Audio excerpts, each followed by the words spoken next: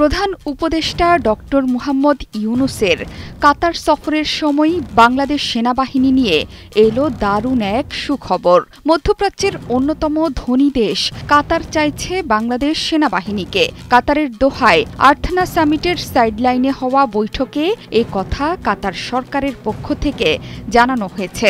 বাংলাদেশ সেনাবাহিনী শান্তি রক্ষায় যারা এখন বৈশ্বিক ব্র্যান্ড।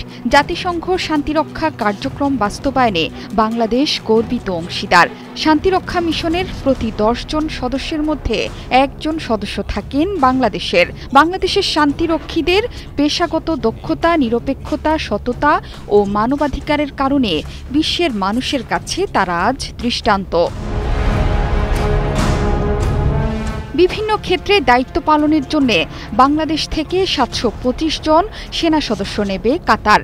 আগামী ২ মাসের মধ্যে বাংলাদেশ থেকে সেনা সদস্য নেয়ার কার্যক্রম শুরু হবে বলে দোহা থেকে জানিয়েছেন প্রধান উপদেষ্টার প্রেস সচিব শফিকুল আলম। তিনি জানিয়েছেন, এরই মধ্যে উপসাগরীয় যুদ্ধের সময় থেকে কুয়েতে দীর্ঘদিন ধরে কর্মরত আছেন বাংলাদেশের সেনা সদস্যরা। একইভাবে কাতারও বাংলাদেশ থেকে নিয়মিতভাবে সেনা সদস্য নিতে চায়। প্রতি ৩ বছর পর পর ৭২৫ জন করে সেনা সদস্য নেওয়া হবে বলে জানান তিনি। এমনকি এই সংখ্যাটা ১৬০০তে বৃদ্ধির চেষ্টা করছে ঢাকা।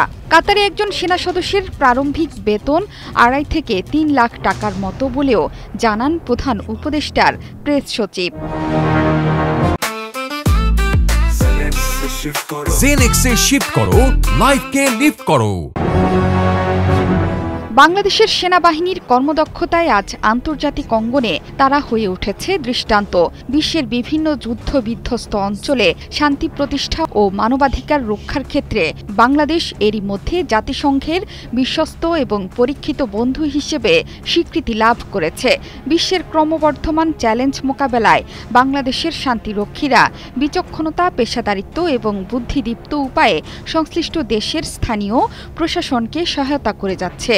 যুদ্ধ পরবর্তী বিশ্বে একটি সুন্দর ও বসবাস উপযোগী সমাজ গড়ে তোলার লক্ষ্যে কাজ করে যাচ্ছে বাংলার শান্তি সেনারা। হাইতি থেকে পূর্ব তিমুর, লেবানন, সিরিয়া থেকে কঙ্গো, আফ্রিকার গহীন বন থেকে উত্তপ্ত মরুভূমি পর্যন্ত উড়েছে লাল সবুজের পতাকা। সংঘাতময় সমুদ্র এলাকাতেও উড়ছে বাংলাদেশের শান্তির পতাকা। এর মাধ্যমে বিশ্ব দরবারে বাংলাদেশের ইতিবাচক ভাবমূর্তি তৈরি হয়েছে। এই সময়ে এসে বাংলাদেশ প্রকৃত অর্থেই জাতিসংঘের সর্ববৃহৎ সেনা প্রদায়ক দেশ হিসেবে নিজেকে প্রতিষ্ঠা করেছে। সেই ধারাবাহিকতায় এবার বাংলার সৈন্যদের ডাক এসেছে মধ্যপ্রাচ্যের দেশ কাতার থেকেও। আর্থনা শীর্ষ সম্মেলনে যোগ দিতে অন্তর্বর্তীকালীন সরকারের প্রধান উপদেষ্টা অধ্যাপক মুহাম্মদ ইউনূসের নেতৃত্বে বাংলাদেশের একটি উচ্চ পর্যায়ের প্রতিনিধি দল বর্তমানে দোহা সফর করছেন। সেখান থেকেই এসেছে এই সুখবর।